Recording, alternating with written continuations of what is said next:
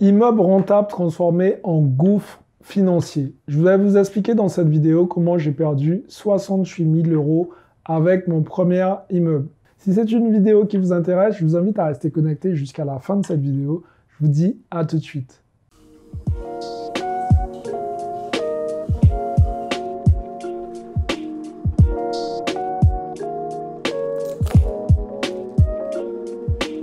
Salut à tous, je suis Xavier Prétaic, je suis l'auteur du livre Cave et Parking, mais je suis aussi l'auteur du livre Devenir libre financièrement grâce aux immeubles de rapport.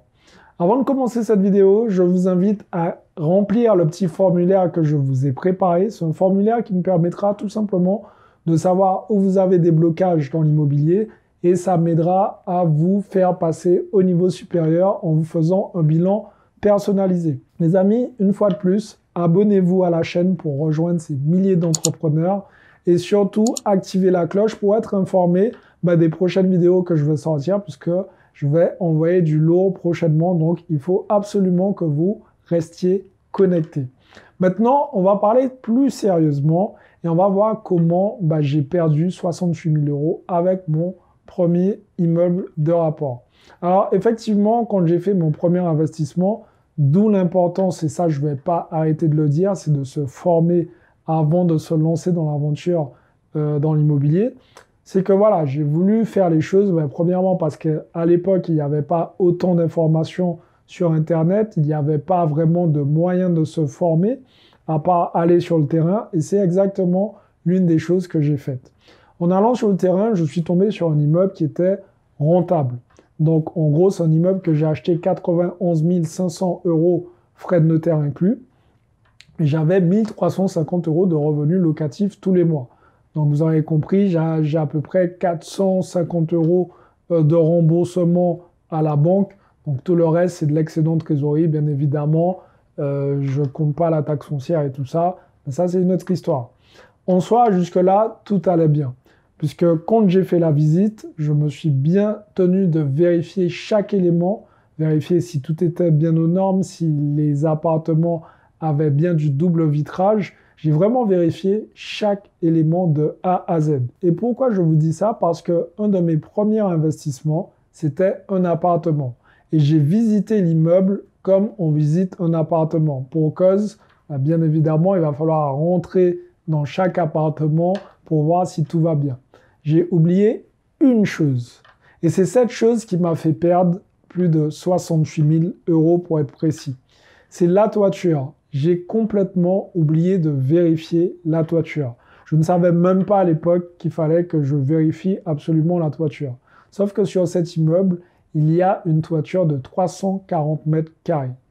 Alors encore une fois, une toiture de 340 mètres carrés qui vient tout juste d'être faite, ça va.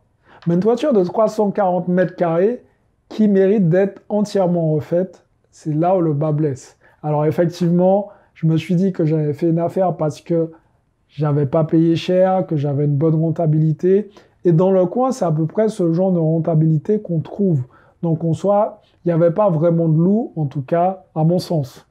Et effectivement, ce n'est qu'un an après que je me suis rendu compte qu'il y avait une grosse fuite d'eau qui venait et qui, si vous voulez, qui dérangeait forcément les locataires. Les locataires n'avaient pas signé pour se retrouver dans une piscine et c'est un peu ce qui se passait. Donc j'ai dû refaire en partie la toiture au début pour pouvoir combler, si vous voulez, mon manque de connaissances. Et ça m'a coûté 68 000 euros. Alors les amis, encore une fois, quand vous visitez un bien immobilier, du moins quand vous visitez un immeuble, il est primordial pour vous de visiter la toiture. Si vous ne vous y connaissez pas, ne vous lancez pas comme ça sans savoir où vous allez, puisque ça coûte très très cher. L'avantage que j'ai aujourd'hui, c'est que de par mes connaissances, j'ai pu tourner ce malheur, si vous voulez, en bonheur entre guillemets. Je le fais passer en déficit foncier aujourd'hui. Mais là où je veux en venir avec vous, c'est que si j'avais acheté différemment, si j'avais eu une meilleure formation, en tout cas au moment où je m'étais lancé, je ne me serais pas retrouvé à perdre autant d'argent.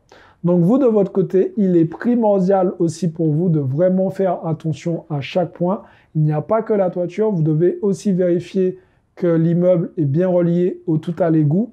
S'il est relié au tout à l'égout, vous devez voir la qualité de la tuyauterie, puisque si ce sont des tuyaux en plastique, c'est cool, mais si ce sont des tuyaux qui sont en grès, ce sont aussi des tuyaux qui peuvent poser problème, puisqu'il n'est pas rare de voir que ce genre de tuyaux peuvent s'éclater par la suite, et bah, évidemment, ce sont des frais qui seront à prévoir. Si vous souhaitez aller plus loin et éviter ce genre d'erreur comme moi j'ai fait à mes débuts, je vous invite à cliquer dans la description et à vous, tout simplement, vous procurer la formation que j'ai faite spécialement pour vous, où je vous partage de A à Z mon expérience. Cette formation s'appelle Immeuble de rentier. Et dans cette formation, vous allez voir en vidéo vraiment tout ce qui m'est arrivé. Je parle dans cette formation, bien évidemment, sans langue de bois, et je vous partage vraiment, comme sur le terrain, mon expérience. Je vous laisse découvrir tout ça dans la description. Et puis, je vous invite pour les autres à vous abonner à la chaîne, à partager cette vidéo et surtout les amis, passez à l'action parce que demain, c'est pour les faibles. Ciao tout le monde.